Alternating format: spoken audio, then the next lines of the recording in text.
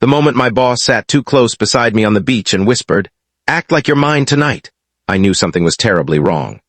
The ocean was calm, the evening crowd was laughing around us, and the soft wind carried the smell of salt through the air, but her trembling hand told me this wasn't a game.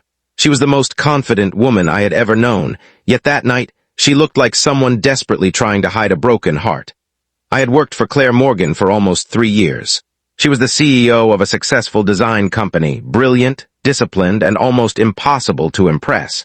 To everyone in the office, she was fearless. To me, she was simply my boss. I was a hardworking employee trying to keep my job while supporting my younger sister through college and helping my aging father with household expenses. I had no wealthy family behind me, no connections, and no room for mistakes. That beach evening was supposed to be a company celebration.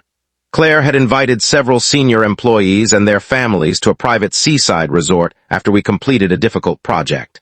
I almost didn't attend because I felt uncomfortable around wealthy executives, but Claire personally told me that my work had helped save the project. So I went. Everything seemed normal until a man in an expensive linen shirt approached our group. The moment Claire saw him, her smile disappeared. He was Daniel, her former fiancé. Everyone knew he had once been engaged to her, but nobody knew why they had separated. Daniel walked toward us with a confident smile and began talking as though nothing had happened. He mentioned their past, their old friends, and even joked about how Claire had apparently never found someone who could replace him. Claire remained silent, but I noticed her fingers tightening around the glass in her hand. Then she looked at me. Before I could understand what was happening, Claire moved closer and sat beside me on the beach chair. Our shoulders nearly touched. She leaned toward me and quietly asked me to pretend that we were together for the evening. I froze. She explained that Daniel had returned because he wanted something from her family's approval for a major business partnership. He had also been telling people that Claire was still emotionally attached to him.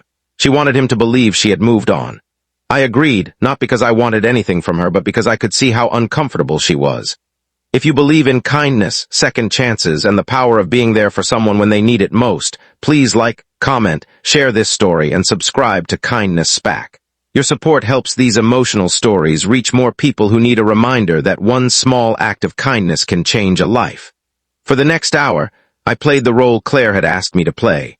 We walked along the shoreline together, sat near the water, and laughed whenever Daniel looked our way. But something unexpected happened. Claire slowly stopped pretending. She started talking about things she had never shared at work.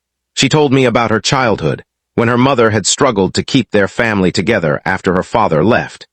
She told me that success had become her shield because she had learned very young that depending on people could lead to disappointment. I listened. I didn't try to fix her.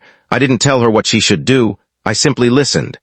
Eventually, Claire asked me why I was willing to help her when there was nothing in it for me.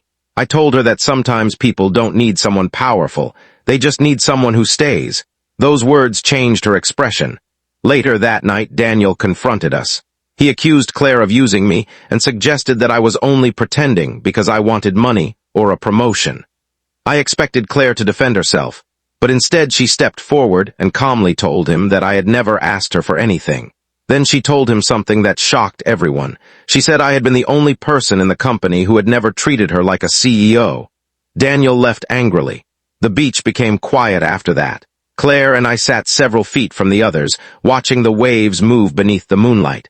She apologized for involving me and promised there would be no consequences at work.